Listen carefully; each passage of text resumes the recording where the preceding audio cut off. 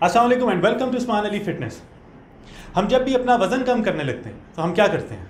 हम खाना पीना छोड़ देते हैं, हम प्रोसेस फूड को छोड़ देते हैं, रोटी चावल छोड़ देते हैं, शुगर छोड़ देते हैं और हम उसकी जगह पे बहुत ज़्यादा सब्जियां और फ्रूट्स खाना शुरू कर देते हैं।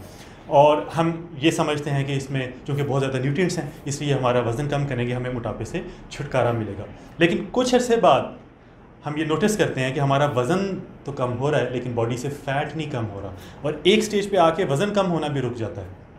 हमारी स्किन ख़राब होना शुरू हो जाती है, हमारा स्टमक सही तरीके से काम नहीं कर रहा होता, और जो सबसे ज़्यादा मेन इशू जो हमें देखने में मिलता है वो ये है कि हमारे जॉइंट्स की पेन स्टार्ट हो जाती है।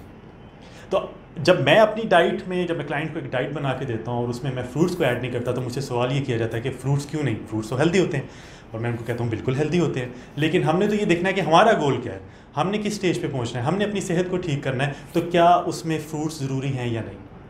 तो आज की वीडियो में भी मैं आपको कुछ ऐसे फैक्ट्स बताऊँगा कि अगर आपने वज़न को कम करना है, अगर आप अपनी बॉडी से फ़ैट को कम करना चाहते हैं, तो आपको कुछ अर्से तक के लिए फ्रूट्स की इंटेक को लिमिटेड करना होगा।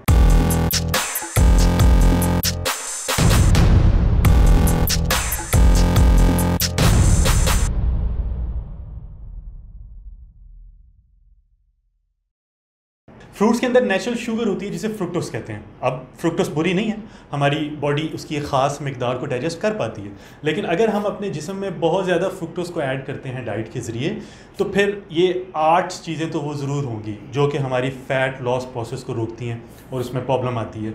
अब यहाँ मेरे बात करने का ये मकसद हरगिज़ नहीं है कि आपने सारी ज़िंदगी फ्रूट्स नहीं खाने। जब तक आप अपनी बॉडी से एक ख़ास लेवल पे फ़ैट को ख़त्म नहीं कर पाते, अपने टारगेट पे नहीं पहुंच पाते, उस वक्त तक फ्रूट्स से ज़रा दूर रहें। उसके बाद सारी ज़िंदगी पड़ी है, फिर फ्रूट्स को ऐड करें, मॉडरेट लेवल पे रह के आप फ्रूट्स खा सकते हैं। तो जब हम अपनी डाइट में बहुत ज़्यादा फ्रुक्टोस को ऐड करते हैं तो उससे क्या होता है, उससे हमारी बॉडी में यूरिक एसिड के लेवल्स बढ़ते हैं। जब यूरिक एसिड के लेवल्स बढ़ते हैं तो साथ में ब्लड प्रेशर भी बढ़ता है और बहुत ज़्यादा चांसेस होते हैं, हम बहुत ज़्यादा हाई रिस्क पे होते हैं कि हमें गोट अटैक भी हो। फिर साथ हमारी जो जॉइंट्स की पेन्स हैं वो स्टार्ट हो सकती हैं, और स्किन से रिलेटेड इश्यूज़ अगर देखें तो उसमें एक्नी वगैरह का मसला हो सकता है। दूसरे नंबर पे ये है कि ये हमारी बॉडी में ट्राइग्लिसराइड्स के लेवल्स को बढ़ा देते हैं। ट्राइग्लिसराइड्स और VLDL के लेवल्स बढ़ जाते हैं। अब जब इन दोनों के लेवल्स बढ़ेंगे हमारी बॉडी में तो बहुत ज़्यादा खदशा होता है हमें हार्ट अटैक का या स्ट्रोक का। नंबर 3 पे है फैटी लिवर और पेनक्रियाज। हमारी बॉडी का कोई भी सेल या टिश्यू फ्रुक्टोज को यूज़ नहीं कर पाता, सिर्फ लिवर है जो इसको मेटाबोलाइज करता है। अब लिवर के ऊपर जब हम बहुत ज़्यादा बर्डन डालते हैं, जब हम बहुत ज़्यादा जो फ्रुक्टोज की इनटेक है उसको बढ़ाया होता है अपनी डाइट में, तो क्या होता है कि उससे हमारे ट्राइग्लिसराइड्स के लेवल्स बढ़ते हैं और अल्टीमेटली वो फिर फैट सेल्स में कन्वर्ट होता है, और वो फैट हमारे लिवर और पेनक्रियाज के इर्द गिर्द इकट्ठा होता है। हमारी बॉडी को स्टोर्ड फैट की ज़रूरत है, लेकिन इस स्टोर्ड फैट की ज़रूरत नहीं है जो हमारे ऑर्गन्स के इर्द गिर्द इकट्ठा हो। वहीं से ये फिर सारी आगे जो मेटाबॉलिक सिंड्रोम्स और इससे रिलेटेड प्रॉब्लम्स हैं वो स्टार्ट होती हैं। नंबर 4 बहुत ख़तरनाक है। वो ख़तरनाक इसलिए है कि जब हम बहुत ज़्यादा फ्रुक्टोज की इंटेक करते हैं तो हम उसके साथ बहुत ज़्यादा कार्ब्स की इंटेक भी करेंगे। क्यों? क्योंकि जब आपकी फ्रुक्टोज की इंटेक ज़्यादा होती है तो हमारी बॉडी तक जो सिग्नल ब्रेन तक भूख ख़त्म होने का पहुंचना होता है वो नहीं पहुंच पाता। जब वो सिग्नल नहीं पहुंचता तो हमें ऐसा लगता है कि हम भूखे हैं और हमें मज़ीद कुछ खाना पीना चाहिए, और उसमें हम कार्ब्स ही लेते हैं। और हम चूँकि डाइट पे होते हैं तो फिर हम स्मूदीज़ पे होते हैं और फिर हम फ्रूट स्मूदीज़ धड़ाधड़ पी रहे होते हैं, जिससे क्या होता है कि पहले ही फ्रुक्टोज के लेवल ज़्यादा है जिसकी वजह से वो एक सिग्नल ब्रेक हुआ हुआ है, ब्रेन तक नहीं पहुँच रहा। और जब हम उसकी ज़्यादा कंज्यूम करते हैं, मज़ीद स्मूदीज़ को कंज्यूम करते हैं तो मज़ीद ख़राबी पैदा होती है। नंबर 5 पे ये है कि जब हम फ्रुक्टोज की बहुत ज़्यादा इंटेक करते हैं तो हमारे जिस्म में इंसुलिन की रेजिस्टेंस पैदा होती है, और मल्टीपल स्टडीज़ हैं जो ये प्रूव करती हैं कि हाई इनटेक ऑफ फ्रुक्टोज जो है वो आपकी बॉडी में इंसुलिन की रेजिस्टेंस को बढ़ाएगा। अब इसकी रेजिस्टेंस से क्या होगा? प्री डायबिटिक होंगे आप, टाइप 2 डायबिटीज़ हो सकती है, मेटाबॉलिक सिंड्रोम्स हो सकते हैं। ये सारी चीज़ें जो हैं ये इंसुलिन की रेजिस्टेंस के बाद से ही स्टार्ट होती हैं।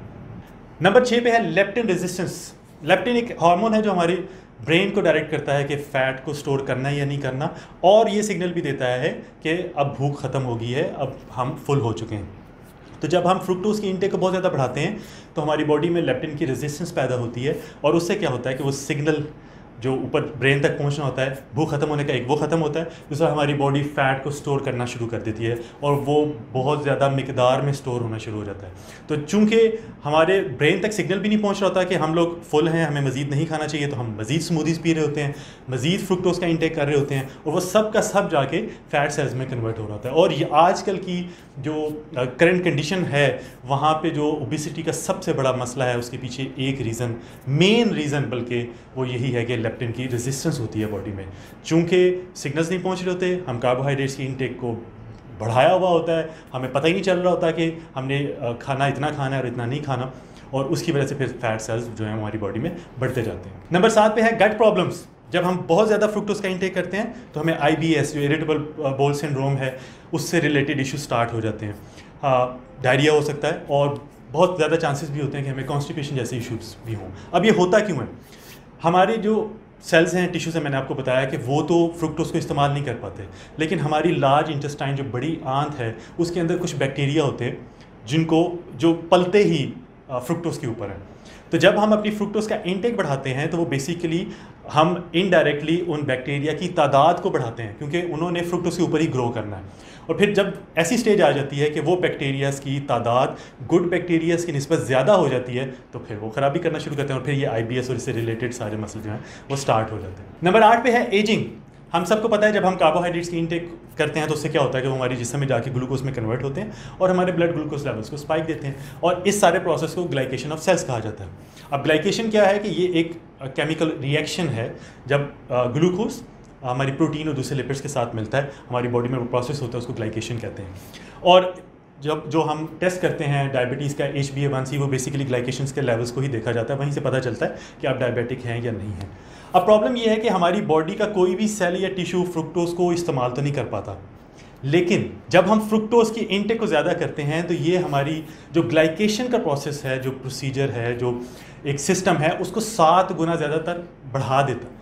उससे क्या होता है कि हमारी जो स्किन एजिंग है, जो झुर्रियाँ पड़ना, स्किन ख़राब होना, इसकी रफ्तार 7 गुना ज़्यादा तेज़ी से बढ़ जाती है। हमें जॉइंट पेन्स बढ़ती हैं। हमारा जो जिस्म का सेल और टिश्यूज़ के पुराना होने की जो रफ्तार है वो आम ग्लूकोज की निस्बत फ्रुक्टोज में 7 गुना ज़्यादा तेज़ी से होना शुरू हो जाती है। तो बॉटम लाइन ये है कि जब आपने वज़न को कम करना है, अपनी बॉडी से फ़ैट को कम करना है, तो आपने फ्रुक्टोज की इंटेक को ख़त्म करना है, और उसकी रीज़न मैंने आपको इस वीडियो में बता दी है। जब आप अपने टारगेट पे पहुंच जाते हैं उसके बाद आप मॉडरेट लेवल पर रह के सारी ज़िंदगी फ्रूट्स का इस्तेमाल कर सकते हैं। तो ये थी हमारी आज की वीडियो। मुझे उम्मीद है वीडियो आपको पसंद आई होगी, इससे आपको फ़ायदा होगा। और अगर आप किसी ऐसे बंदे को जानते हैं जो वज़न कम करने के लिए बहुत ज़्यादा सब्जियों और फ्रूट्स का इस्तेमाल करें तो प्लीज़ ये वीडियो उन तक ज़रूर पहुँचाएँ ताकि उनका भी फ़ायदा हो सके। अगर आपको वीडियो पसंद आई है तो इसको लाइक कर दीजिएगा, शेयर कर दीजिएगा, कमेंट बॉक्स में अपनी राय का इजहार कीजिएगा, और प्लीज़ मेरे चैनल को भी सब्सक्राइब कर दें। बहुत जल्द एक नई वीडियो के साथ हाजिर होऊंगा। अपना ख्याल रखिएगा। अल्लाह हाफ़िज़।